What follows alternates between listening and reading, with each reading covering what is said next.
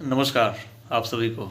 उम्मीद है कि आप लोग बहुत खुश होंगे, क्योंकि अगर आप अभ्यर्थी हैं तो आपके लिए इससे खुशी का दिन जो है वो दूसरा कोई नहीं हो सकता, है ना। क्योंकि वर्तमान में दशहरा से ज़्यादा महत्वपूर्ण त्यौहार जो है आपका, वो अभी जितनी बिहार में वैकेंसियाँ आई हुई है ये है। और इस त्यौहार का, इस उत्सव का आप लोग आनंद लीजिए और अच्छे से तैयारी कीजिए, क्योंकि एक बार अगर आप बढ़िया से तैयारी कर लेंगे तो निश्चित है कि आप कहीं ना कहीं इस बार सेटल हो जाएंगे। जितनी वैकेंसी आई हुई है, बहुत लोग का जो है वो एक शौक़ रहता है कि हम वर्दी पहने।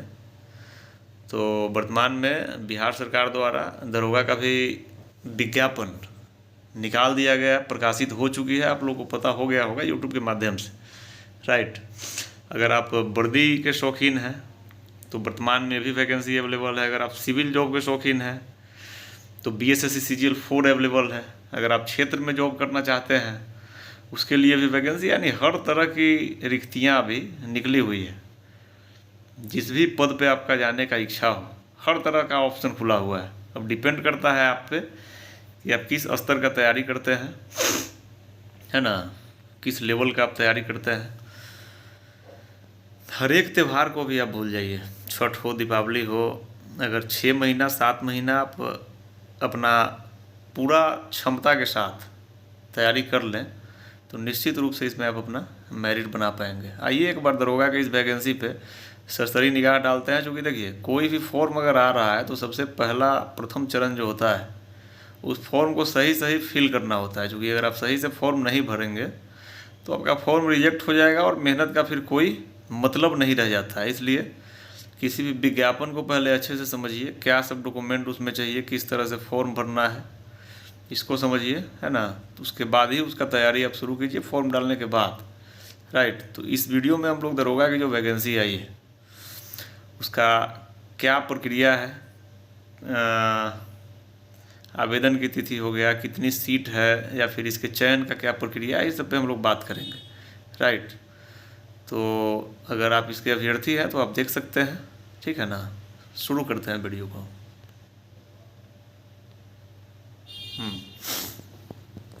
इस पद का आधिकारिक नाम जो है वो यहाँ पे आपको दिख रहा होगा, पुलिस अवर निरीक्षक, है ना। ये इसका ऑफिशियल नेम है, राइट।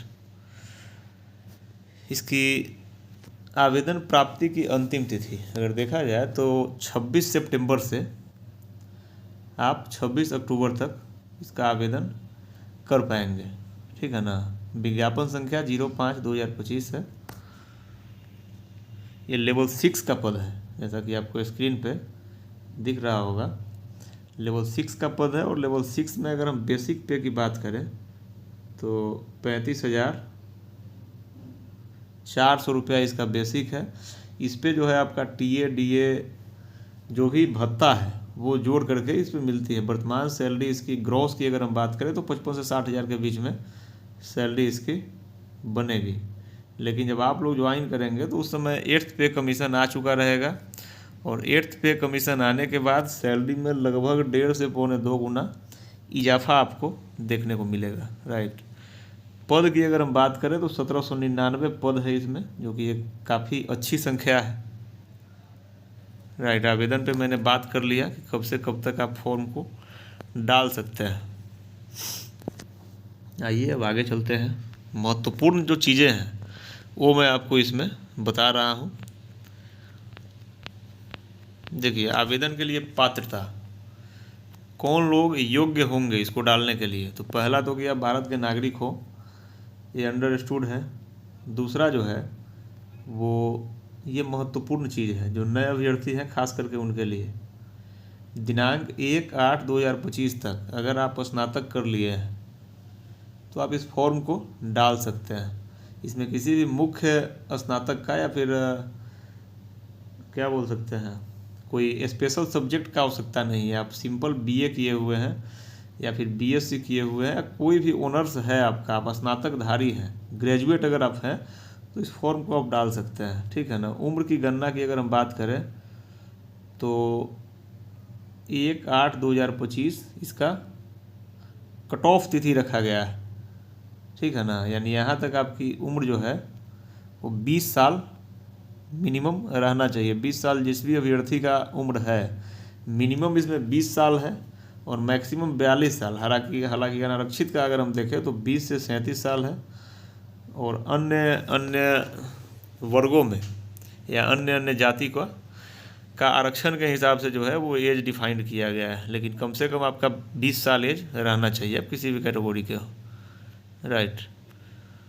आइए आगे देखते हैं। और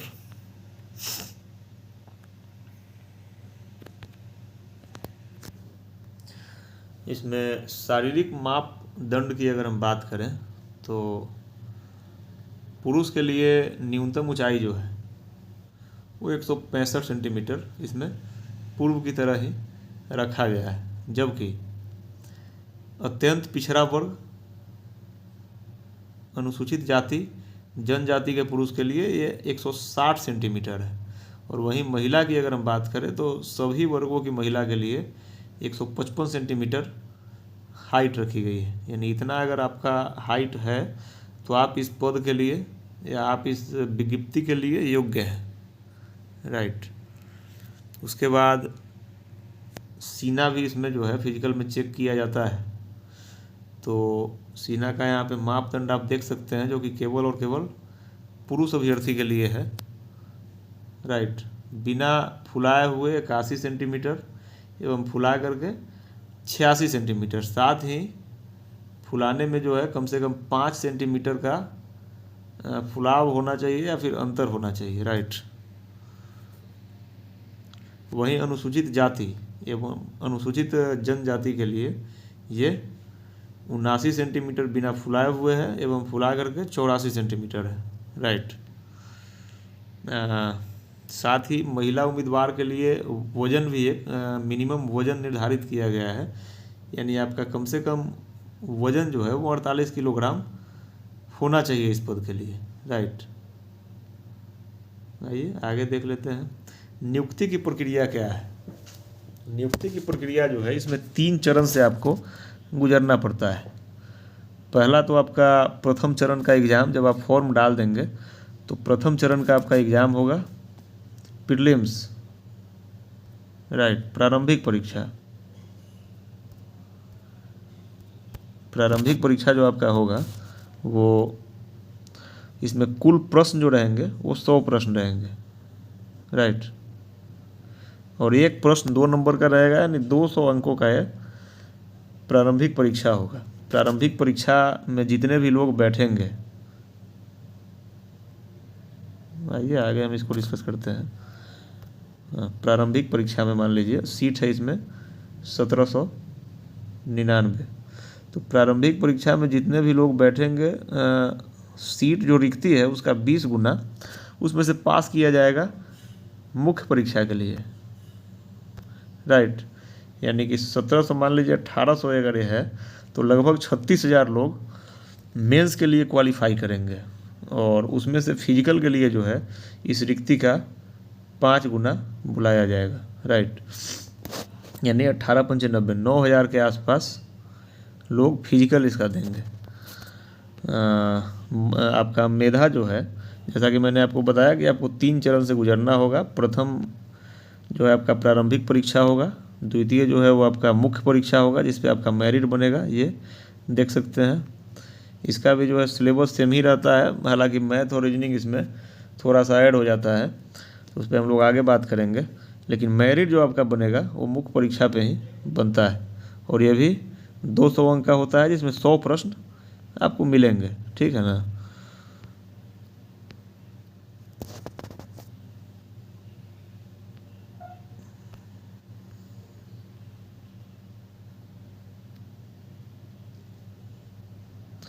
आगे देखते हैं।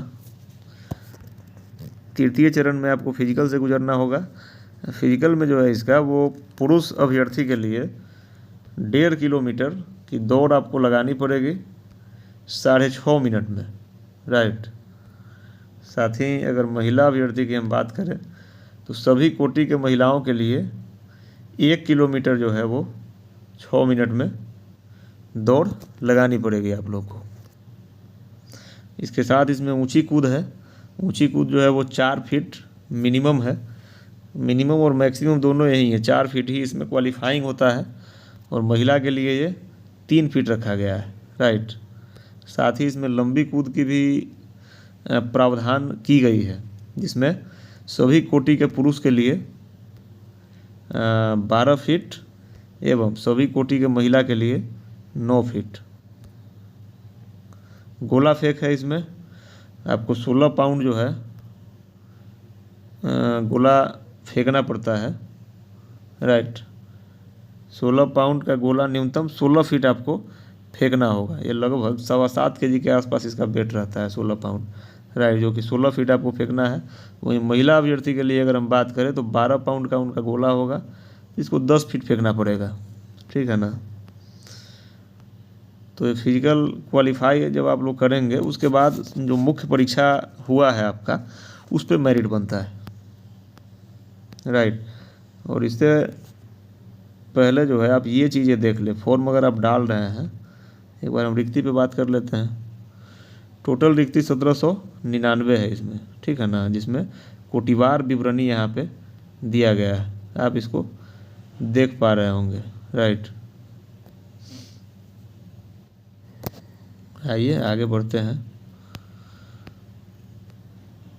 एक चीज़ दिखाना है आप लोग को, फॉर्म डालने से पहले इस चीज़ को आप निश्चित देख लें, फिर आपको पूछना नहीं पड़ेगा कि हम ये गलत किए हैं तो इसका सुधार क्या है, ठीक है ना, चूँकि आयोग द्वारा स्पष्ट लिखा गया है। देखिए, पंजीकरण रद्दीकरण, ये शर्त आप निश्चित पढ़ लें एक बार, ये पूरा डिटेल में यहाँ पे दिया गया है इस विज्ञापन के लास्ट में। मैं PDF जो है वो टेलीग्राम ग्रुप में डाला हूँ, इसको आप पढ़ के ही फॉर्म डालेंगे, राइट। नहीं तो फिर हो सकता है कि आवेदन आपका जो है वो रद्द हो जाए और एग्ज़ाम में बैठने का आपको मौका ना मिले। ये वाला आप पढ़ लेंगे, जो कंडिका 19 है, इसको निश्चित आप पढ़ लेंगे।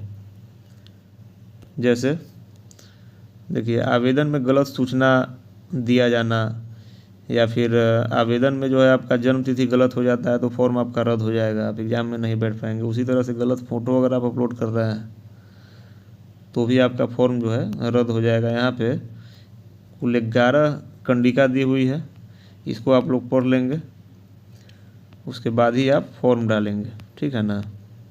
उम्मीद करते हैं कि आप लोगों को वीडियो अच्छा लगा होगा। इसकी क्या रणनीति है, इस पर भी हम लोग बात करेंगे, क्या रणनीति होनी चाहिए। हालांकि ये देखिए, अभी वर्तमान में जो वैकेंसी आई हुई है, आप लोग तैयारी कर रहे होंगे तो उसमें बदलाव का आवश्यकता नहीं है, वैसे ही आप लोग तैयारी करते रहिए। सबका सिलेबस सेम ही है ना। नंबर ऑफ क्वेश्चन थोड़ा सा वेरी करता है।